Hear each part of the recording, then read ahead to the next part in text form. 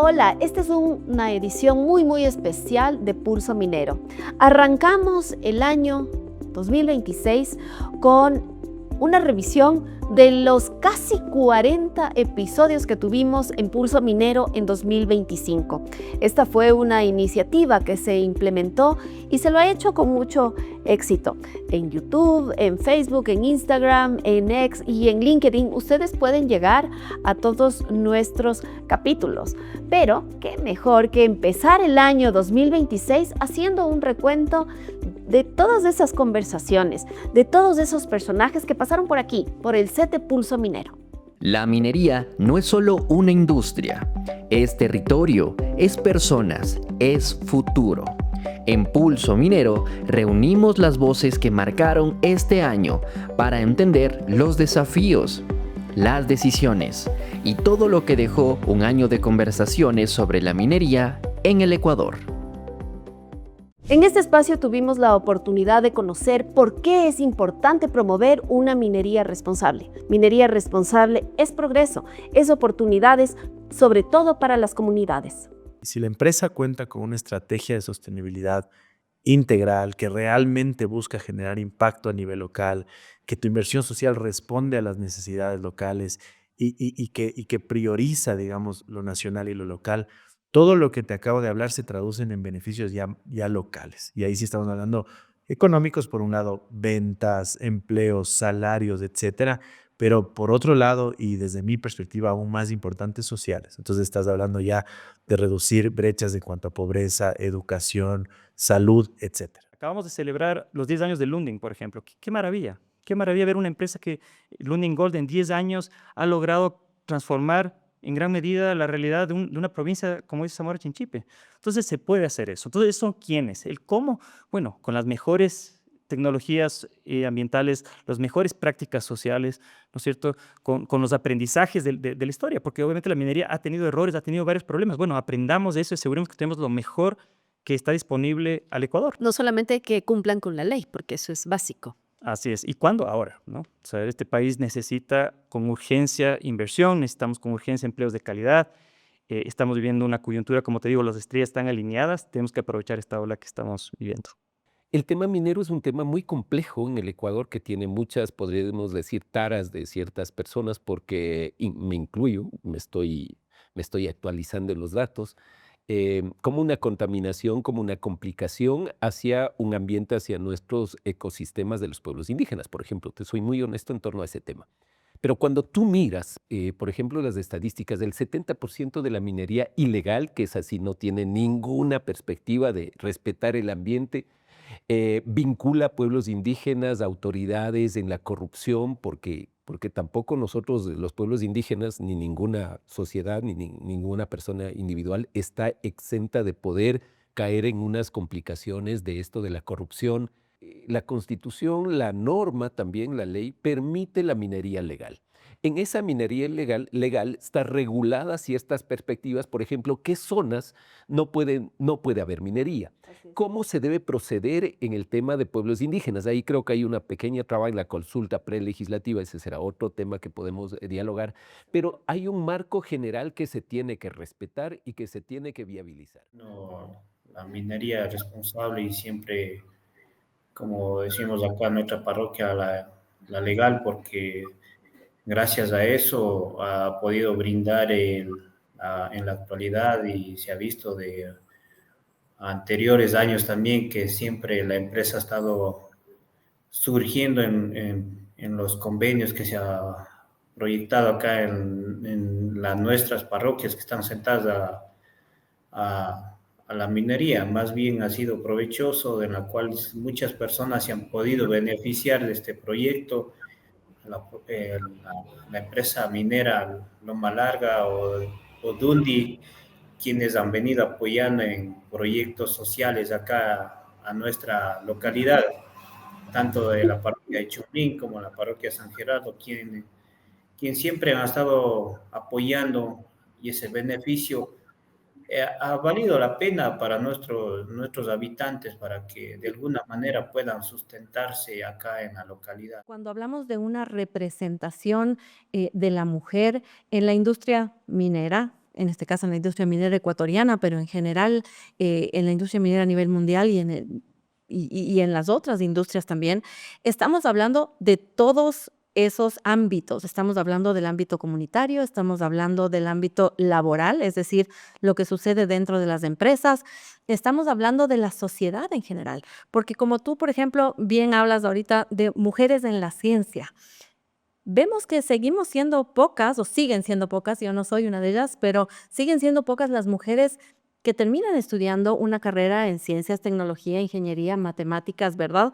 Y por eso, por ejemplo, como Women in Mining, ya hemos identificado un proyecto que ya tiene buenos avances para ir a los colegios, por ejemplo, a motivar a los chicos que están a punto de escoger una carrera, a pensar en estas carreras que de pronto no las tienen en su radar o no tienen la suficiente información o también no saben qué va a pasar después de una carrera así, en qué voy a trabajar. En primera instancia, los organismos multilaterales que nos han visitado en estos meses, en estos últimos meses, hablemos del Banco Interamericano de Desarrollo, sus asesores y especialmente el Banco Mundial. El Banco Mundial tiene todo un equipo especializado en el tema minero. Por ejemplo, está conformado por varios ex ministros y viceministros de energía, de minas a nivel latinoamericano, que ese es el equipo consultor que tiene el Banco Mundial y de hecho nosotros tenemos reuniones. Tuvimos ya una preliminar en esta semana y tenemos otras más para concretar cuál va a ser el apoyo del Banco Mundial en el tema técnico. Y entre eso está justamente el manejo más claro, transparente de lo que vendría a ser la joya de la corona de todo lo que es minería de cobre. Yeah, those numbers are great, and quite frankly, those numbers are going to grow even more so with rising gold prices and just everything. But the numbers I think that we at Lending Gold are most proud of, yeah, those are great, but what we're most proud of is the fact that the poverty level in Zamora Chinchipe, when we came here 10 years ago, Zamora Chinchipe was, out of the 24 provinces, 23 with so second highest level of poverty in the province. Now it's in the top 10. The level of poverty is reduced significantly. Zamora Yansatsa, the small town, is now one of the most dynamic cantons in the country. 50% of our employees are from Zamora Chinchipe. And Zamora Chinchipe now has, I believe, the second highest average monthly salary in the country. Pero no podemos hacer minería sin cuidar el ambiente. ¿Cómo hace una industria responsable para cuidar la diversidad y para conservar las especies en territorio? También conversamos de esto. El mundo está cambiando y las empresas y los modelos empresariales tienen que cambiar con el mundo. Cuando nosotros hablamos de una transición energética, hablamos de un mundo más verde, no es solo los ambientalistas con los cuales también me identifico, que estamos pidiendo descarbonizar el mundo, que estamos pidiendo que la gente tenga un concepto más ecológico, que seamos más conscientes de nuestro consumo. Estamos pidiendo que las empresas ayuden a cumplir con las metas, por ejemplo, de descarbonización, las metas de adaptación al cambio climático, las metas de disminución de las brechas sociales en el mundo. Por eso es que existen los famosos Objetivos de Desarrollo Sostenible de Naciones Unidas, que son estos 17, que se establecieron básicamente para decir cómo entre los gobiernos, las empresas y la comunidad, es decir, la población, podemos coexistir y aunar a un mismo objetivo, que es cuidar el planeta. Eso es lo que preocupa, porque muchas de estas acciones y fallos que hemos visto están pensadas para detener proyectos. Sin embargo, ni uno solo fallo habla sobre reparación de daño ambiental, restauración ambiental y una serie de medidas que perseguimos dentro de la comunidad ambiental para que se restituya la calidad ambiental. Y yo sé que hay muchas más interpretaciones que hablan de, sí, se habla de los derechos de la naturaleza de un río, sí, pero eso no significa que ese saneamiento ambiental al que tiene el derecho los ecuatorianos, que es el derecho primigenio de tutela ambiental, que es el derecho al ambiente sano y ecológicamente equilibrado, esté cubierto. Entonces, se ha usado mucho de los postulados constitucionales de ciertos artículos que hablan sobre ciertos temas y se los ha desvinculado del derecho ambiental, del derecho al ambiente sano para transmitir otros postulados filosóficos e ideológicos que no necesariamente buscan la reparación ambiental. Toda esa agua que utilizamos la podemos reusar. ¿sí? En vez de estar nosotros tomando agua fresca de las quebradas, tomando agua que realmente no se necesita, podemos reusar esa cantidad. Entonces nosotros maximizamos el reuso del agua en nuestras instalaciones. ¿En qué porcentaje aproximadamente? Más del 90% Wow. se reutiliza en Fruta del Norte. La tercera actividad es justamente poder minimizar la cantidad de agua que tomamos de las quebradas, de los cuerpos hídricos, a través del reuso, pero también minimizando el uso que hacemos en las plantas, especialmente en la operación, que es donde más utilizamos el agua. Y finalmente, lo que hacemos es asegurar que esa agua que usamos, nosotros la tratamos y la devolvemos al medio ambiente en las condiciones que efectivamente tienen que estar y la legislación nos pide, y no solamente la legislación, estándares internacionales a los que nosotros nos hemos acogido de manera voluntaria. También ha tenido un alto boom, por así decirlo, el desarrollo de las energías limpias. Bueno, Chile tiene un plan de descarbonización para el año 2050. Entonces, en este último tiempo ha habido una gran inversión en desarrollo tanto eólico, solar, y que por lo tanto la utilización de esa energía limpia también resulta fundamental para la industria minera, que también va cambiando el ejercicio a una forma más sostenible, utilizando todas estas plantas solares también propias dentro de la minería. Hoy estamos en un momento crítico y tenemos un impulso que va a hacer o ayudarnos a construir esta minería sostenible. Estamos enfrentando la transición energética y a su vez estamos transitando todo lo que es la transformación digital. Estos sectores llevan a una demanda importante de minerales que van a ser críticos para acompañarlos, ¿no? En la transición energética tenemos, por ejemplo, litio y cobre, que resulta que tenemos de las principales reservas de estos minerales en nuestra región. Y en la transición o acompañando la transformación digital van a haber otros minerales que también van a ser muy críticos, ¿no? Como tierras raras, entre otros, que son necesarios para acompañar esto. ¿Qué es lo nuevo? ¿Qué invenciones o qué innovaciones trae ahora? Sí, hay varias, ¿no? Y yo creo que las innovaciones que más recientes están saliendo es el tema, o lo que es tendencia es del tema eléctrico. En ese sentido, Caterpillar ha desarrollado una nueva tecnología revolucionaria que se llama Dynamic Transfer of Energy, que es la transferencia de energía directamente a los camiones mineros. De esa forma, en el corto plazo vamos a lograr que la flota de camiones mineros sea 100% eléctrico. Esto ya es algo que se está probando en algunas operaciones mineras, y yo creo que ya en un futuro muy cercano vamos a tener la flota de camiones y algunas otras máquinas también eléctricas. Todos somos gestores ambientales. Yo creo que este término no le calza solamente a un tipo de industria, sino a toda la humanidad. Porque si nosotros estamos conscientes de que tenemos un planeta y un país como el Ecuador que es tan ecosensible, la obligación de cada uno de nosotros es justamente convertirnos en gestores ambientales. Nosotros como personas individuales ya tenemos la obligación de disminuir nuestro consumo de plástico, de tratar de contaminar menos en nuestras actividades. Ahora se ha popularizado, por ejemplo, el consumo de autos eléctricos, y tengo entendido que el Ecuador es uno de los países que más consume ahora esta tecnología, por ejemplo. Entonces, con mayor razón las industrias que tienen mayor impacto, ¿no? No solamente hablando de la minería, sino en general. ¿Qué necesita el Ecuador para ser una plataforma de atracción de inversiones responsables? Nos lo dijeron los expertos. Por supuesto que es posible un mejor Ecuador, no tengo la menor duda sobre eso, pero quizás es importante precisamente de cara a este nuevo proceso constituyente que ese mejor Ecuador no va a venir de la mano de una asamblea constituyente, que ese mejor Ecuador no va a venir con un nuevo gobierno, ni con una ley, ni con una serie de decretos, que son varios elementos que deben sumar y que deben comprometer a todos los actores de la sociedad en que podemos construir un mejor país, en que podemos acordar una mejor sociedad, definitivamente. El país, como tú sabes, es nuevo a la minería industrial, es nuevo a la minería moderna, a la minería del siglo XXI. ¿Por qué enfatizamos en esto? Porque apenas tenemos dos minas en operación. La una es Mirador, la otra es Fruta del Norte, que fueron inauguradas hace no más de unos 5 años, en el 2019.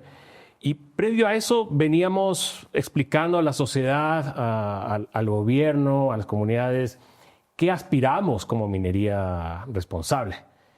Y hoy en día pasamos por fin de ese aspiracional, ¿no es cierto?, a algo tangible, algo real, que es a través de estas 2 minas industriales. Pero hay mucho trabajo por hacer, o sea, no podemos quedarnos en que ya inauguramos, ya estamos produciendo, ya estamos exportando, estamos generando empleos, sino que hay desafíos. Estas 2 minas afortunadamente están en Zamora Chinchipe. ¿Y por qué digo afortunadamente? Porque Zamora Chinchipe es un claro ejemplo de lo que puede hacer, de lo que puede transformar la minería. Muchas de las empresas que hacen la exploración son empresas que han levantado su dinero en los mercados internacionales, principalmente en Canadá o en Australia, a riesgo y que tiene que reportar dónde se gasta ese dinero a sus accionistas que le dieron el dinero para que los invierta. Si es que gran parte de ese dinero o la totalidad de ese dinero se va hoy, o lo que sería en el caso de Ecuador, se va a pagar un impuesto, pues simplemente los shareholders o los accionistas de esas empresas dirían, usted no invierte en Ecuador, vaya al lado, ¿no es cierto?, en Colombia, en Perú o en Chile, donde obviamente el costo de exploración es mucho más bajo y ahí seguramente nuestros dólares van a ser mejor utilizados. Entonces esto es la exploración. La exploración se hace durante muchos años hasta que se tiene una confirmación de que existen realmente recursos que pueden ser recuperables económicamente y comienza otra escala de mayor inversión y más tiempo para finalmente poder producir. Un último comentario. Las minas que hoy están produciendo han tomado 20, 25 años o 30 años en el que estén produciendo. Las que ahora se van a construir ha tomado alrededor de 15 años o 20 años en exploración para estar en el nivel donde está. Si es que no tenemos exploración, simplemente el sector minero no tendrá un futuro en el Ecuador. Saber que para el inversionista no tener tratados bilaterales de inversión con su país, el no poder acceder a un arbitraje internacional, sí te lo pones a pensar. Cuando revisamos, y eso lo hago un poquito de preámbulo, pero cuando revisamos las condiciones de Ecuador para atraer inversión, tú tienes que analizar todo eso porque ese es el análisis que hace una multinacional. Coge todos los países y dice, ¿qué me da este país? ¿Qué me brinda este país? Y la seguridad jurídica, que es lo que tú tocaste, es de esos top 3 temas que ellos revisan para decir si me implanto en un país o no. Y claramente yo creo que el presidente Noboa, desde que ganó la primera elección, ha querido demostrar a los mercados internacionales seguridad, estabilidad tributaria y seguridad jurídica. Pero no se puede hacer todo de la noche a la mañana. Esto es un proceso y nuestra raíz es la Constitución. Entonces, definitivamente tienen que haber ciertos cambios constitucionales. Porque este tipo de medidas lo que le dicen al inversionista es, este es un país que no se respeta a sí mismo. Este es un país que va a dictar cualquier tipo de medida, si es que eso es lo que le conviene a la caja fiscal. No se respetan los derechos adquiridos, no se respeta la estabilidad normativa y entonces lo que tenemos es un país en el que las inversiones sobrevuelan y aterrizan en nuestros países vecinos. Porque los políticos tienen que entender que no solo hay minas en el Ecuador, hay minas en Colombia, hay minas y especialmente hay minas en Perú y Chile que comparten con el Ecuador el mismo cinturón interandino. Y aquí hay que reconocer algo que es algo, una realidad lamentable del país. Muchas de estas acciones lamentablemente se presentan por desconocimiento. La gente no entiende a quién debe ser consultado. La gente no entiende quién debe consultar. La gente no entiende qué se debe consultar. Entonces, definitivamente yo creo que también hay que exigirle al Estado y por eso estos espacios son muy provechosos para que la ciudadanía entienda cuál es el objeto, a quién se consulta, por qué se consulta y qué es lo que debe consultarse a cada comunidad. Y lamentablemente también hay los otros intereses, ¿no? Hemos sido testigos de agendas políticas, o sea, ha habido gente que ha escalado políticamente por el discurso antiminero, por el supuesto discurso de un tema de la defensa del derecho al agua, a la naturaleza. Y lo que hay que entender es que la industria, cualquiera que sea, en este caso la minera, bien llevada, cumpliendo con todos los permisos y autorizaciones, no tiene por qué verse truncada respecto a acciones de protección que vamos donde jueces que tampoco tienen un conocimiento de temas ambientales, de temas de consultas justamente, y esos proyectos se paralizan, trayendo serias consecuencias. En el Ecuador tenemos que seguir el mismo ejemplo. hacer un nuevo marco jurídico que garantice seguridad jurídica, darle estabilidad a los inversionistas y permitir además un acceso a los arbitrajes internacionales, a la justicia internacional. Eso es fundamental, porque estamos pidiendo a un inversionista que traiga cientos de millones de dólares al país y que confíe en una justicia en la que ni nosotros mismos confiamos. Pues así no funciona. Necesitamos darle herramientas para que pueda confiar en el país, para que pueda venir con tranquilidad y de esa manera generar riqueza para todos, porque los beneficiarios son especialmente los ciudadanos ecuatorianos. Yo creo que Ecuador sigue siendo un destino interesante para las inversiones mineras. Creo que los 2 últimos años han sido interesantes, la licencia ambiental de Loma Larga, el cierre de la consulta ambiental de La Plata, el inicio de la construcción del domo, los avances de los proyectos de producción que están madurando, el contrato de explotación de cascabel, el de cangrejos, evidencian que pues, cada vez hay más proyectos en la cola, si es que se quiere utilizar ese término, ¿no? Y definitivamente tienen que venir más proyectos por atrás. Siempre habrá algo por hacer, siempre habrá algo perfectible, pero sin lugar a dudas no se puede dejar de reconocer los avances de los 2 últimos años. También durante 2025 hablamos de un tema doloroso, un tema que deberíamos todos estar involucrados en conocer y en proponer alternativas. Se llama extracción ilegal de minerales. La minería ilegal está arrasando nuestro país. Nefasto, no hay duda de eso, ¿no?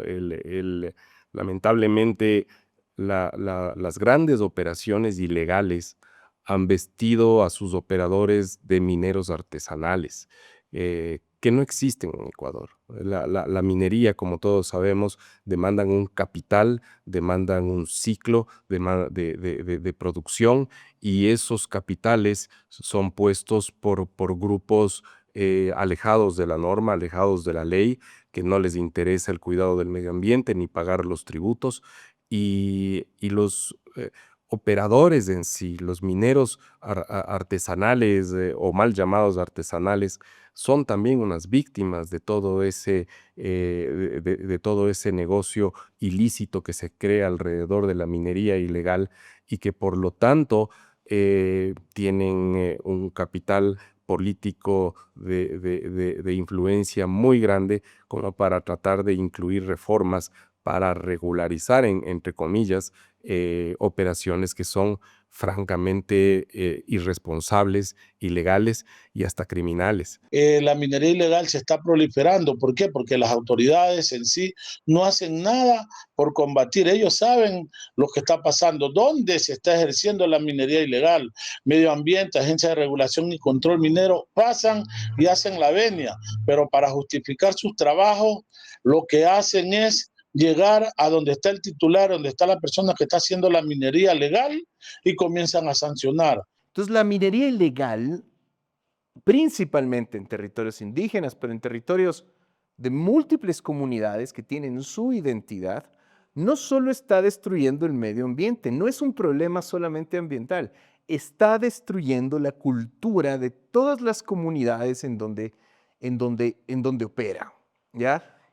Y tiene como herencia eso, la transformación de la riqueza ambiental, de la riqueza geográfica, de la riqueza territorial de miles de comunidades en cero. Está llevando su riqueza a cero y está convirtiendo a ciudadanos que al menos tienen territorio y que su identidad viene del territorio en pinches ciudadanos miserables, ¿ya? Eso es lo más grave que está ocurriendo con la minería ilegal. Grave, gravísimo, dolorosísimo.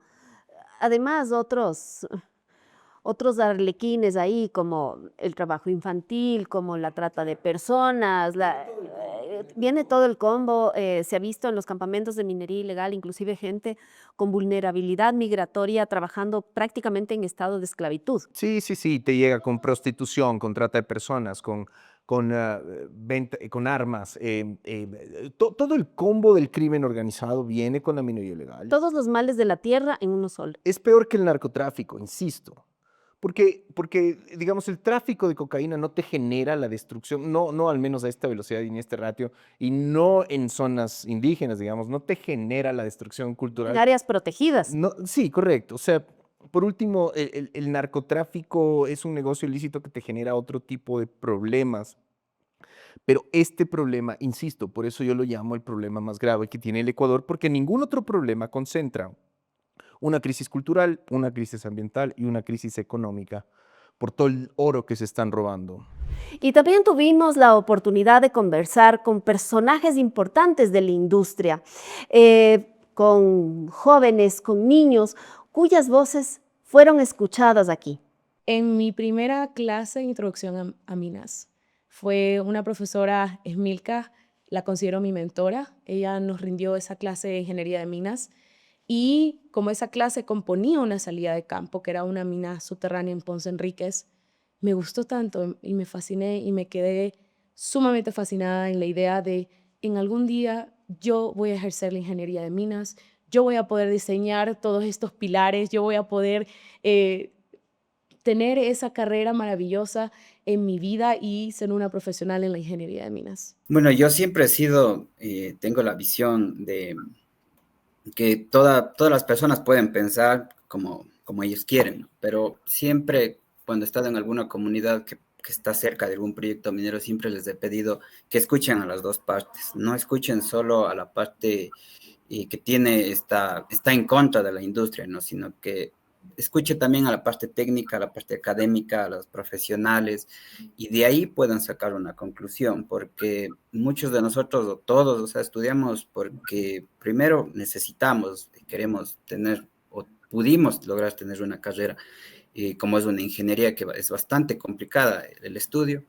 Entonces, yo les pediría que, aparte de que puedan tener una visión más integral de lo que es la minería, también tengan en cuenta que el desarrollo para nosotros como jóvenes, y a lo mejor ellos, las personas que están en contra, tienen familiares, porque no solo vamos contra mi carrera, que es la ingeniería en minas, también yo tengo familiares que son ingenieros geólogos, ingenieros ambientales, y de la misma forma no pueden conseguir trabajo. Entonces, que también piensen un poco más en toda la comunidad que somos y que nos encontramos en esta situación, básicamente estancados. Entonces, tenemos un montón de nuevas tecnologías, también muchos obstáculos, pero grandes oportunidades. Exacto, sobre todo que sea una minería más sostenible. Creo que eso sería el pilar fundamental para el desarrollo de la minería, que podamos lograr que sea sostenible. Minerando la huella hídrica, generando flotas que sean eléctricas, no solo que sean a base de diésel, como se maneja actualmente. De aquí en 10 años, ¿cómo te imaginas, Dalember? Bueno, yo esperaría que en 10 años ya sea esta industria ya una minería limpia plenamente, en donde las compañías mineras ya estén con un 100% de una buena relación con la comunidad, ya que esto es muy fundamental.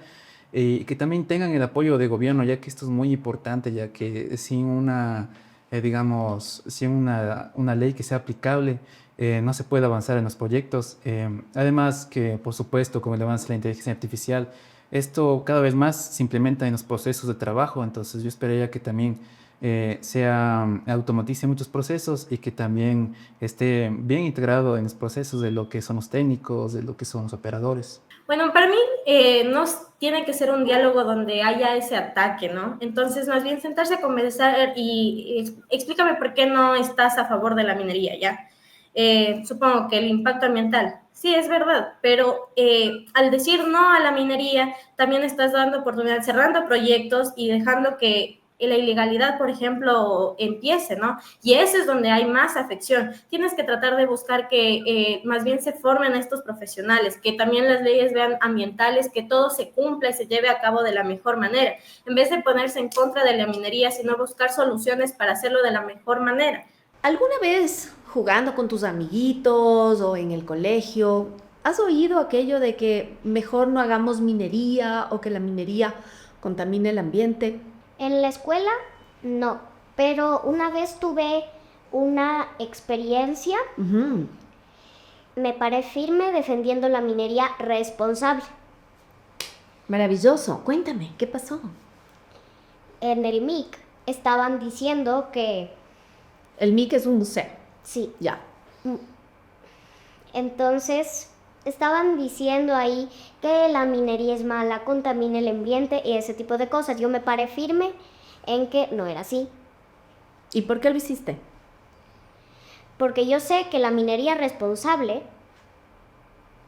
es amigable con el ambiente y es muy buena. Incluso en esta sala se está utilizando minería.